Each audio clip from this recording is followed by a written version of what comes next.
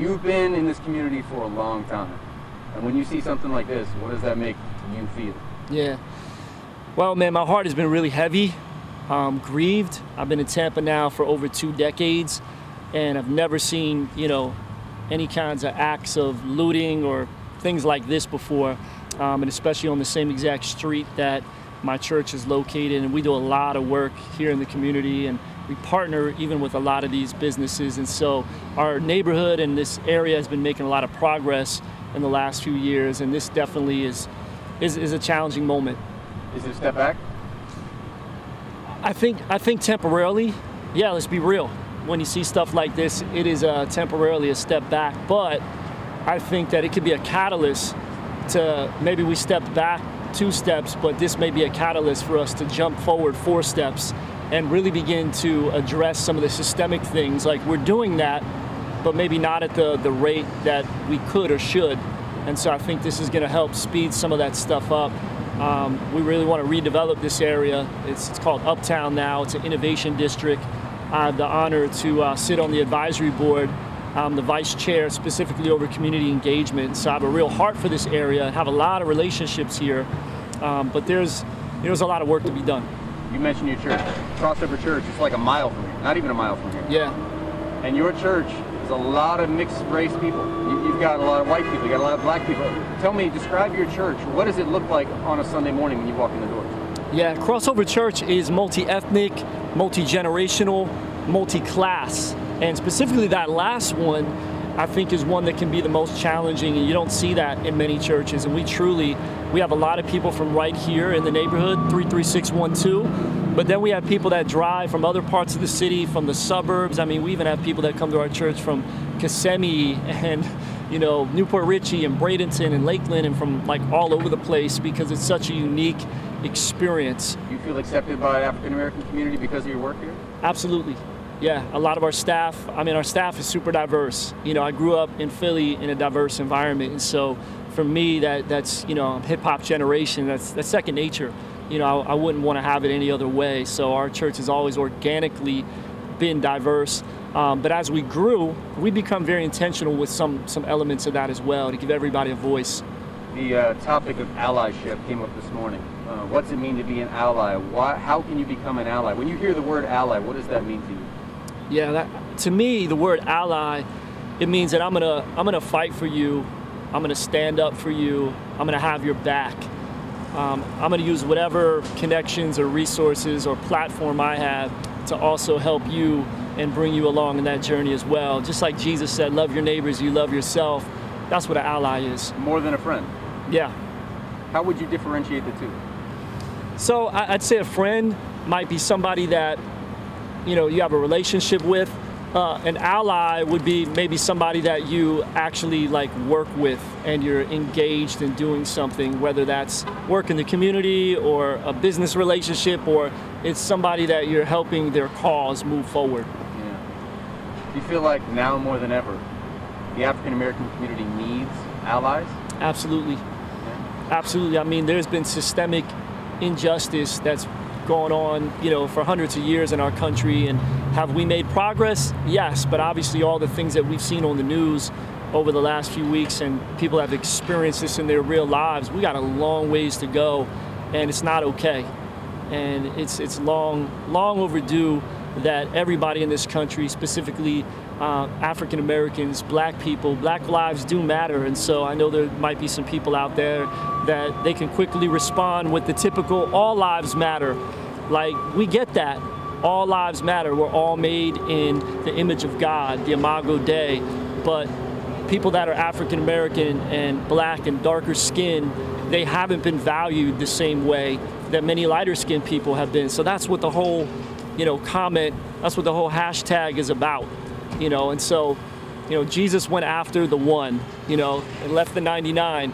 It's like, so right now, the one can be these people that are being oppressed and being discriminated against. And so I think, the church and people that have a relationship with God, we got to wake up and realize, these are our brothers and sisters.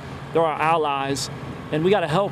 We got to speak up. We got to help change systems and policies and all those things. The conversations you've been having with the black members of your church, Do they want to hear more from you? Do they want you to just listen? What's it been like the last week in your church? Yeah, I think it's been both. I think, first of all, there's a respect and a relationship there. You know, my church is probably about 40 to 45% African American and probably about 30% Hispanic. And so we're majority minority. And so I think there's a relationship that's already there. There's a trust that's already there.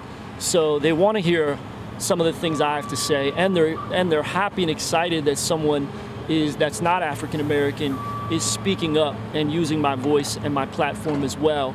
At the same time, the other part of it is, yeah, there's a lot of moments where I listen.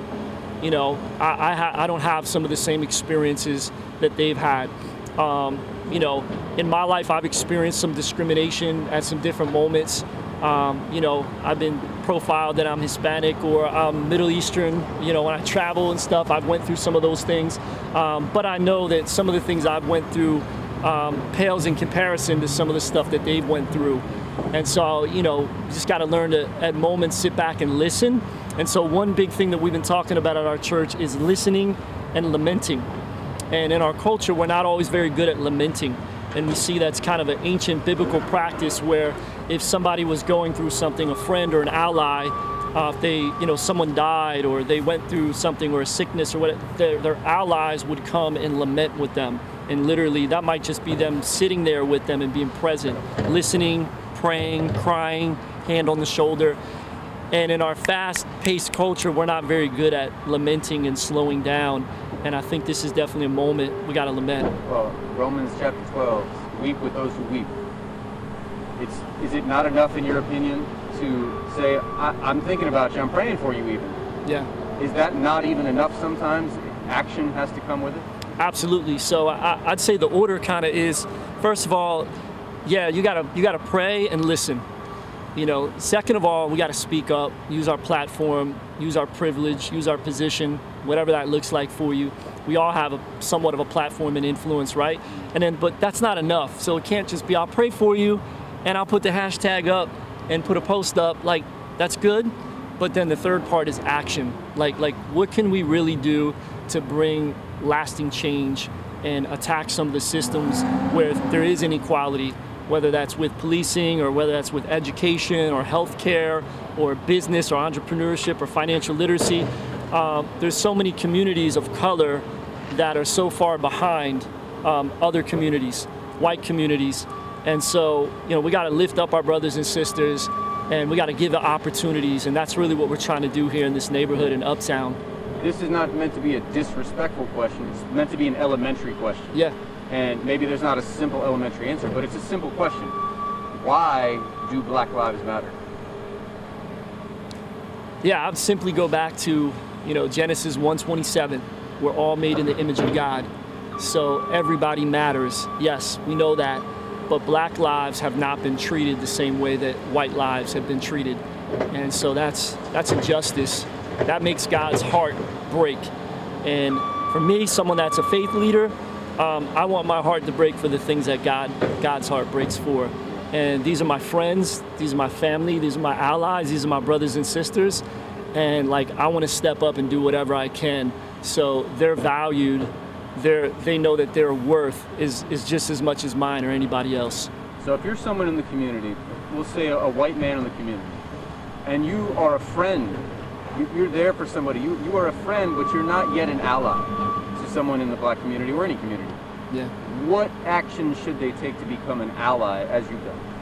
Yeah, I think it all starts with relationships. And as you get to know that person as you're a friend, you can find out, you know, what are the areas that you need help in? What are your dreams? What are your aspirations? What are your goals? What are you good at? You know, let me help you if I can. You know, and there's ways that that person can help you. There's, you know, many people that are younger than me or may not be as experienced in certain areas as me, and I'm always learning from them. And so I think that's what a good mentor or good ally is always looking to say, what can I learn from you? Because it never should be just a one-way communication or conversation. And so I think once you get to see what those things are, to say, man, I can help you with this. Oh, I have a connection for you here. Oh, I can give you some advice in this. I want to see you win, so let me talk to you about this. I think you become an ally when you really have their back and you're investing in them and you're pouring into them. Because a casual friend or someone that's an acquaintance, you can see them and give them a high five or say hello and ask a few surface questions. How you been? How's your family? And then you keep it moving. There's not really an impact or an investment you make in someone necessarily when it's just a surface level, relationship. But when you cross that line, when you start to say, hey, let me take you out to lunch. Let me spend some time with you. Let me show you this. I want to hear your story. It might just simply be that. Like, hey, I want to hear your story. I want to listen and try to understand, where you're at, and then see how can I help you. One thing that I think of as a person of faith like yourself, one thing that comes to mind for me is thinking of others as greater than yourself, to humble yourself so that we don't put ourselves up here, because once we start doing that, everybody has to fall below. Yeah. But if you take that humble position and see others as greater than yourselves, then you have to look up to someone else for friendship, for advice, for whatever it is. Yeah. Do we see too little of that? Have we gotten to be too selfish as a society all over the country, and maybe even the world even? Yeah, absolutely. That's Philippians 2:3. That's one of my go-to verses that I talk about regularly, and I think that's just our selfish human nature. We want to kind of push to the top for ourselves and succeed and move forward, and unfortunately, when people don't have a relationship with God, many times that the greed can go to the next level, and it's by all means necessary. I'll climb up the ladder, but when you have a relationship with God and you're trying to incorporate parts of the scripture like that can be difficult parts of the scripture, even like the love your neighbor as you love yourself. Like, it's easy to say that, and it's easy to say I love my neighbor, but do you really love them as much as you love yourself? Do you want to see them succeed as much as you? Do you want to see them reach their dreams and have a healthy marriage and a healthy family? Do you want to see their kids be able to go to college? And because if you want that for them, then it's going to take a different level of investing and being an ally and pouring into them, and that takes time, that takes energy. And many times when we're so individualistically focused and we're selfish and we're busy, and busy can be one of the worst enemies, right? We're too busy to help anyone because we're just trying to hustle and do our own thing. But to slow down a little bit, and I think this whole COVID thing has slowed all of us down, quite a bit, to step back and reflect and pause and press the reset button. Yeah, I agree with you. One or two more for you. Yeah. We're sitting here in the parking lot where a week ago or so there was a business here, there was a restaurant here, and now it's just rubble, and it's burned, and you can still smell it. Yeah. When all this was going on, a mile from your church, what was going through your mind when you were seeing your community burning? Yeah, my heart was broken. I mean, we're just literally 2 blocks up the street, and as we were watching this, we were shocked. Our hearts were heavy. And speaking of allies, like Saigon Bay, those are people that have been our allies. We have a relationship with them. I've eaten there many times, but the last couple of weeks, the Innovation District has come together and put together a fund for restaurants that are locally owned, because they've all been hit by COVID, and so their business has been less. And so we want to help them and give them more business and keep their employees working, and we don't want anyone to go bankrupt and close. And so this fund has been created, and they're one of our community allies, one of our partners that we said we want to buy meals from you and then get them to hungry people that need food in the community. So the last couple of weeks we've been doing this. So let me rewind. So the last couple of months, we've been doing this relationship and partnership with Feeding Tampa Bay, a grocery drive-through in our parking lot at the church. We've given away food to a couple thousand families now. They're a great ally. Shout out to Feeding Tampa Bay. And then with this new restaurant thing that we've done with the Innovation Partnership and the Cell Lab, we just said, hey, why don't you guys just come? We have hundreds of families come through every Friday. They'll get their groceries, and then we can give them a hot meal. So the last couple of weeks, we've been partnering with Saigon Bay to buy hundreds of meals and then giving them to families in the community that need them. So to us, that's a win-win. So last Friday, hundreds of meals were cooked right there in that restaurant and given to families in need in this community, and then Saturday it burned down. So, yeah, my heart was broke. Yeah, yeah. When you look at it now, what's your hope for the future? So, of course, my hope for the future is rebuilding, and rebuilding even stronger.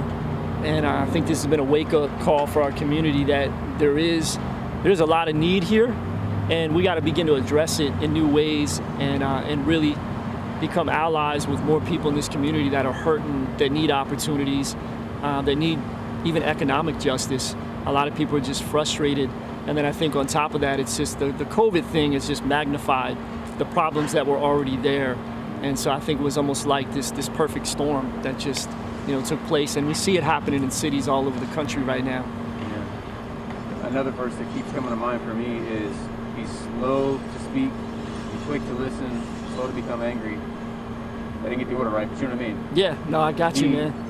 That verse to me is important, because if you get them out of order, or if you are too quick to speak, or you're too quick to become angry, and you don't listen, or you're too slow to listen, that causes unrighteous anger. And I think that really could lead down the path to something you don't want to get into. Yeah. And I think that when you have conversations like this, and you talk about being an ally and a representative in your community, you can start to move towards being slower to become angry and quicker to listen. Is that what you've seen in your community? Do you try to live by that simple command? You'll see a lot of these problems wash away a little bit. Yeah. And that's from James chapter 1. It's funny because I just preached on that 2 Sundays ago. Yeah. We're doing a series right now on the book of James, and it's called Not Everything You're Counting Counts. Because we see in our culture right now, everybody's counting stuff. They're counting the death toll, they're counting the infection rate, they're counting the unemployment numbers. People are counting their feelings, their faith, their freedoms, right? People are counting on the government, they're counting on the CDC. So a lot of times we end up counting on the wrong things, or the things that may not matter as much as we really think. And that's incredible wisdom from James, because many times we get those exact things out of order. We're quick to speak, right? We're slow to listen, and we're quick to get angry. And a lot of that, again, it goes with our human nature. But if we lean in and we try to follow the scripture, it can absolutely change the narrative.